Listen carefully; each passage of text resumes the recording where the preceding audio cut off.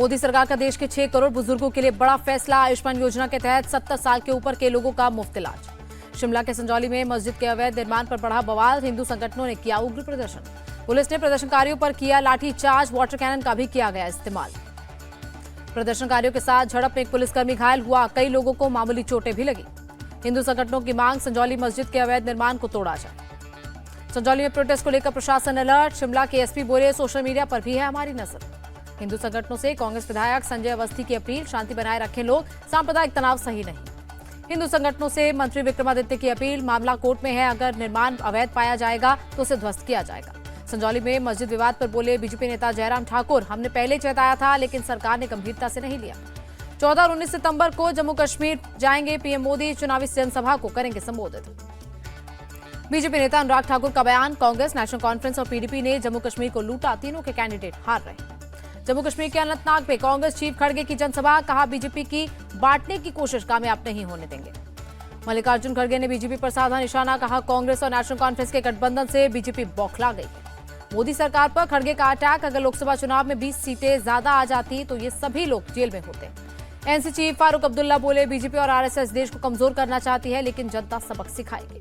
बारामूला से सांसद इंजीनियर राशिद तिहाड़ से जमानत पर रिहा हुए, टेरर फंडिंग केस में थे बंद। 2 अक्टूबर तक जमानत पर रहेंगे इंजीनियर राशिद। दिल्ली की पटियाला कोर्ट ने जम्मू कश्मीर में चुनाव प्रचार के लिए दी है जमानत। इंजीनियर राशिद बोले, पीएम मोदी के नैरेटिव के खिलाफ लड़ूंगा, उनका नया कश्मीर वाला आइडिया फेल हो गया है। 14 सितंबर को कुरुक्षेत्र जाएंगे पीएम मोदी, हरियाणा चुनाव के लिए कैंपेन का करेंगे आगाज। सीएम नायब सैनी बोले, हरियाणा कांग्रेस के पास नेता ही नहीं है, इसीलिए अब तक उम्मीदवारों की 3 लिस्ट जारी की है। केंद्रीय मंत्री मनोहर लाल खट्टर का दावा, हरियाणा में लगातार तीसरी बार बनेगी बीजेपी की सरकार। हरियाणा के अंबाला कैंट से बीजेपी कैंडिडेट अनिल विज ने किया नॉमिनेशन, कहा जनता 7वीं बार जिताएगी। हरियाणा की बादी सीट से बीजेपी कैंडिडेट ओम प्रकाश धनखड़ ने दाखिल किया नामांकन, जीत की जताई उम्मीद। हरियाणा के गढ़ी सांपला किलोई से कांग्रेस कैंडिडेट भूपेंद्र सिंह हुड्डा ने किया नॉमिनेशन। भूपेंद्र सिंह हुड्डा ने जताई उम्मीद, कहा कांग्रेस के पक्ष में वोट करेंगे लोग, हरियाणा से बीजेपी की विदाई तय है। कांग्रेस कैंडिडेट विनेश फोगाट ने नामांकन दाखिल किया। हरियाणा के जुलाना से लड़ रहे हैं चुनाव। राजनीति में आना मेरा सौभाग्य है, जनता की सेवा के लिए कठिन परिश्रम कर रहे हैं, विनेश फोगाट का बयान। विनेश फोगाट के नामांकन में दाखिल में शामिल हुए दीपेंद्र हुड्डा, कहा बेटियों के सम्मान के लिए विनेश ने सरकार से लड़े। आपके साथ अलायंस पर बोले दीपेंद्र हुड्डा, बात तो चल ही रही थी लेकिन उन्हीं लोगों ने कैंडिडेट का ऐलान कर दिया। आईएनएलडी नेता अजय सिंह चौटाला का बयान, शराब और स्वास्थ्य हमारे लिए चुनाव में सबसे बड़ा मुद्दा। हरियाणा चुनाव के लिए आम आदमी पार्टी ने 4वीं और 5वीं लिस्ट जारी की। अब तक 90 में से 72 सीटों पर उतारे कैंडिडेट। हरियाणा के करायत में एक नामांकन रैली में शामिल हुए मनीष सिसोदिया, कहा हरियाणा में आपकी सरकार बनेगी। मनीष सिसोदिया बोले, इस बार हरियाणा में बदलाव तय है, बीजेपी सरकार से जनता नाखुश है। हरियाणा के आप चीफ सुशील गुप्ता बोले, अच्छी शिक्षा, अच्छा स्वास्थ्य, बिजली, पानी देने वाली आपकी सरकार बनेगी। हरियाणा चुनाव के लिए जेजेपी और आजाद समाज पार्टी ने गठबंधन उम्मीदवारों की 4थी सूची जारी की। 10 उम्मीदवारों का किया ऐलान।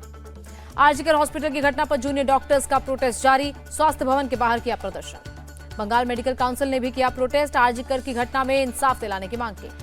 बंगाल के स्वास्थ्य मंत्री चंद्रिमा भट्टाचार्य बोली, जूनियर डॉक्टर्स के प्रतिनिधि सीएम ममता से नहीं मिले, क्या इसके पीछे कोई राजनीति है?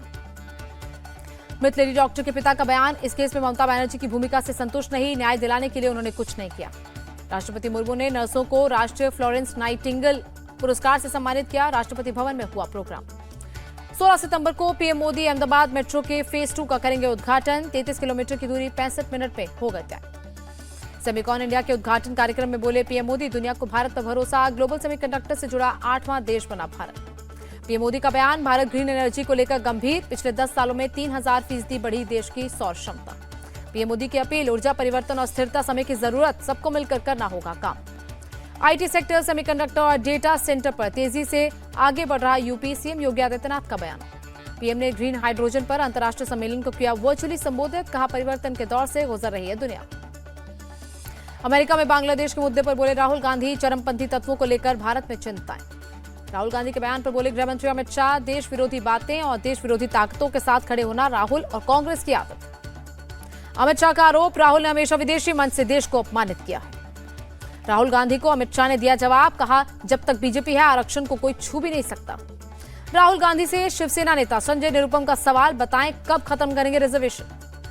बिहार सरकार में मंत्री सरवन कुमार का बयान, कांग्रेस को आरक्षण से खिलवाड़ नहीं करने देंगे। राहुल के आरक्षण वाले बयान पर बोली मायावती, कांग्रेस की नीयत ठीक नहीं, सिर्फ ओबीसी और दलितों का वोट चाहती है। यूपी के डिप्टी सीएम केशव प्रसाद मौर्य ने कांग्रेस का 1984 लोकसभा चुनाव का पोस्टर शेयर किया। कहा, कांग्रेस ने आरक्षण के खिलाफ चुनाव लड़ा था। बीजेपी सांसद दिनेश शर्मा का बयान, राहुल विदेश चाहते हैं, उनके विदेशी पोषित मानसिकता का जिन बाहर आ जाता है। दिल्ली में राहुल गांधी के आवास के बाहर सिख समुदाय का प्रोटेस्ट, राहुल पर अमेरिका में झूठ बोलने का लगाया आरोप। केंद्रीय मंत्री हरदीप पुरी बोले, सिख समुदाय में डर पैदा करना चाहते हैं राहुल, मैं सिख हूं, मुझे पगड़ी पहनने में कभी दिक्कत नहीं हुई। एमपी में सोयाबीन की खरीद एमएसपी पर होगी, 4,892 रुपए प्रति क्विंटल होगा दाम, मंत्री कैलाश विजयवर्गीय ने दी जानकारी। कृषि मंत्री शिवराज सिंह चौहान बोले, किसानों की सेवा हमारे लिए भगवान की पूजा जैसी, किसान कल्याण हमारी प्राथमिकता। सीबीआई केस में अभी जेल में ही रहेंगे CM Kejriwal. Rouse revenue court ने 25 सितंबर तक बढ़ाई हिरासत। पटियाला हाउस कोर्ट ने नीलम आजाद की जमानत याचिका खारिज की, संसद की सुरक्षा तोड़ने की है आरोपी। ज्ञान वापी केस में वाराणसी कोर्ट में सुनवाई, हिंदू पक्ष ने एएसआई द्वारा खुदाई कराने की मांग की। मामले में अगली सुनवाई 18 सितंबर को होगी। अवैध धर्मांतरण केस में लखनऊ कोर्ट का फैसला, मौलाना उमर गौतम, मौलाना कलीम सिद्दीकी समेत 12 आरोपियों को उम्र कैद की सजा सुनाई गई। लखनऊ कोर्ट के फैसले को बीजेपी प्रवक्ता राकेश त्रिपाठी ने बताया सही, कहा धर्मांतरण के गिरोहों में डर बनेगा। दिल्ली के एलएनजेपी हॉस्पिटल के निदेशक सुरेश कुमार का बयान, मंकी पॉक्स का एक केस मिला है, अफ्रीकी स्ट्रेन पाया गया है। पंजाब में स्वाइन फ्लू से 2 लोगों की मौत, स्वास्थ्य मंत्री बलबीर सिंह की अपील, सावधानी बरते लोग। यूपी महिला आयोग की उपाध्यक्ष बनी अपर्णा यादव, सीएम योगी और पीएम मोदी का जताया आभार। अपर्णा यादव ने नाराजगी की खबरों को किया खारिज, कहा बीजेपी एक परिवार है और परिवार में सब लोग अपनी बात रखते हैं। अखिलेश यादव ने यूपी में एनकाउंटर पर उठाए सवाल, कहा पहले किसी को उठाओ फिर झूठी मुठभेड़ की कहानी बनाओ। अखिलेश के बयान पर बीजेपी नेता राकेश त्रिपाठी का पलटवार, कहा लाल टोपी के नीचे सपा का काला चेहरा सामने आ रहा है। राकेश त्रिपाठी बोले, अपराधियों के एनकाउंटर से अखिलेश यादव को दुख होता है, सपा अपराध की जाति देखती है, पीड़ित की नहीं। यूपी के शाहजहांपुर में स्वास्थ्य मंत्री ने अधिकारियों के साथ की बैठक, डेंगू मलेरिया के संक्रमण रोकने की तैयारियों पर हुई बात। राइजिंग राजस्थान समिट पर बोले मंत्री राज्यवर्धन राठौड़, निवेश को हम अच्छा माहौल देने जा रहे हैं। पटियाला में पंजाब कांग्रेस का प्रोटेस्ट, महंगी बिजली को लेकर नाराजगी जताई। जम्मू कश्मीर के पुंछ में हिल काका दिवस समारोह का आयोजन, शहीदों को दी गई श्रद्धांजलि। कांग्रेस नेता सुप्रिया श्रीनेत ने मणिपुर हिंसा का मुद्दा उठाया, कहा पिछले 16 महीने से मणिपुर जल रहा है, लेकिन एक बार भी पीएम मणिपुर नहीं गए। लखनऊ में गणेश जी की मूर्ति पर फेंका गया पत्थर, 2 नाबालिग बच्चों पर पथराव का आरोप। गुजरात के कच्छ में सांप्रदायिक माहौल खराब करने की कोशिश, उपद्रवियों ने गणेश पंडाल पर किया पथराव के बाद खंडित हुई गणेश जी की मूर्ति, पुलिस ने 8 आरोपियों को किया गिरफ्तार। यूपी के बहराइच में आदमखोर भेड़िए का आतंक जारी, 2 बच्चियों पर किया हमला। एक बच्ची गंभीर रूप से घायल, दूसरी बच्ची को आई हल्की चोटें, दोनों का अस्पताल में इलाज जारी। एमपी के रेटी में सियारों का आतंक, करीब 12 लोगों पर किया अटैक। अहमदाबाद पुलिस का एक्शन, एक ड्राइव समेत 3 पशु तस्कर को पकड़ा। आंध्र प्रदेश के चिन्ना यागुदेम में पलटी तेज रफ्तार वैन, 7 लोगों की मौत। जम्मू कश्मीर के कठुआ में 2 आतंकी ढेर, इलाके में सर्च ऑपरेशन जारी। कानपुर ट्रेन डीरेल मामले में एक्शन में यूपी एटीएस और crime branch, history sheeter Shahrukh को हिरासत में लेकर की पूछताछ। कानपुर में घटना वाली जगह की गई एफएसएल की टीम ने जांच, रेलवे ट्रैक से जुटाए सबूत। महाराष्ट्र के सोलापुर में भी ट्रेन पलटाने की साजिश, कुर्डुवाडी स्टेशन से करीब 1 किलोमीटर दूर रेलवे ट्रैक पर सीमेंट का बड़ा पत्थर मिला। दिल्ली में बारिश ने बढ़ाई मुसीबत, जगह जगह सड़कों पर जलभराव से ट्रैफिक हुआ जाम। भारी बारिश की चेतावनी के बाद उत्तराखंड के चमोली प्रशासन का आदेश, कल क्लास 1 से 12 तक के स्कूल और आंगनबाड़ी बंद रहेंगे। दिल्ली और उसके आसपास के राज्यों में भी भूकंप के झटके महसूस किए गए, जानमाल के नुकसान की खबर नहीं।